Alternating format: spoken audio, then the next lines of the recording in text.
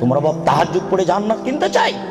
অসম্ভব। তুমি শুনে রেখো, আমি অনুবাদক। মুহাম্মদ সাল্লাল্লাহু আলাইহি সাল্লাম বলেছেন 3 শ্রেণীর মানুষ জান্নাতে যাবে না, তার মধ্যে তোমার বাপ আছে। 3 শ্রেণীর মানুষ জান্নাতে যাবে না, আমি অনুবাদক। 3 শ্রেণীর মানুষ জান্নাতে যাবে না। এক, মদমিনুল খামর, যারা নিয়মিত বিড়ি, তামাক, জর্দা, সিগারেট, গুল, নেশাদার দ্রব্য খায়, পান করে, তারা জান্নাতে যাবে না। 2, আর রাজালাতু মিনান নিসায়ে, পুরুষের বেশধারী নারী, যারা পুরুষের জুতা স্যান্ডেল পরে, যারা পুরুষের শার্ট প্যান্ট পরে, যারা পুরুষের পোশাক পরে, যারা মাথার চুল ছোট করে, সামনের চুল ছোট করে, তারা জান্নাতে যাবে না। 1450 বছর পূর্বে আল্লাহর নবী এই কথা বলেছেন, আমি অনুবাদক। 3, ও দায়ুস, তোমার বাপ, আল্লাযী ইকরু ফি আহলি আল খাবাসা, যে তার বাড়িতে বেহায়াইর সুযোগ দিয়েছো, জান্নাতে যাবে না। যে তার বাড়িতে বেহায়াইর সুযোগ দিয়েছো, জান্নাতে যাবে না। যে তার বাড়িতে বেহায়াইর সুযোগ দিয়েছো, জান্নাতে যাবে না। কি দেখাতে চাচ্ছ তুমি? শোনো, তোমার বোন পায়জামা পরে আছে, গেঞ্জি জাতীয় পায়জামা, ওই যে নিচের দিক চিকন হয়ে আছে, উপর দিক মোটা হতে হতে হতে হতে তোমার বোনের রান এতখানি মোটা হয়ে আছে। তোমার বাপ দেখে না? ধর্মকে পাগল পেয়েছো বেটা? ধর্ম পাগল কিছু তুমি মনে করো? অসম্ভব। আমি অনুবাদক, না হয় আবার অনুবাদ করছি, তুমি শোনো।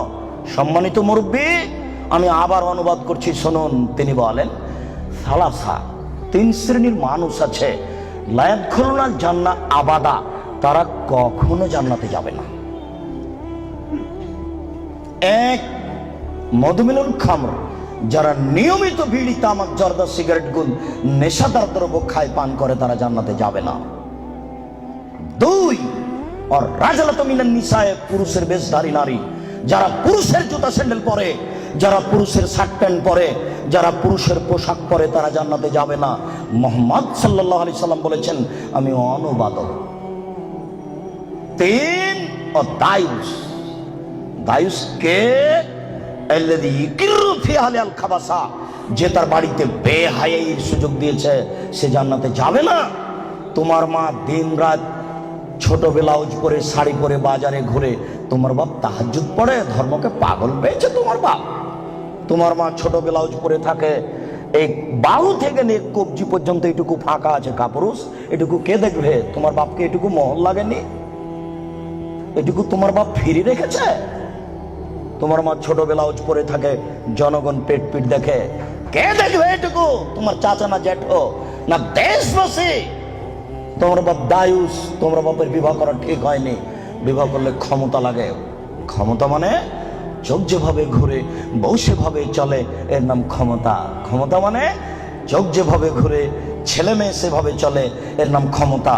রাত 11টার সময় ছেলে বাড়িতে ঢুকেছে, এই তুই রাত 11টার সময় বাড়ি আসলি কেন? ব্যাপারটা কি?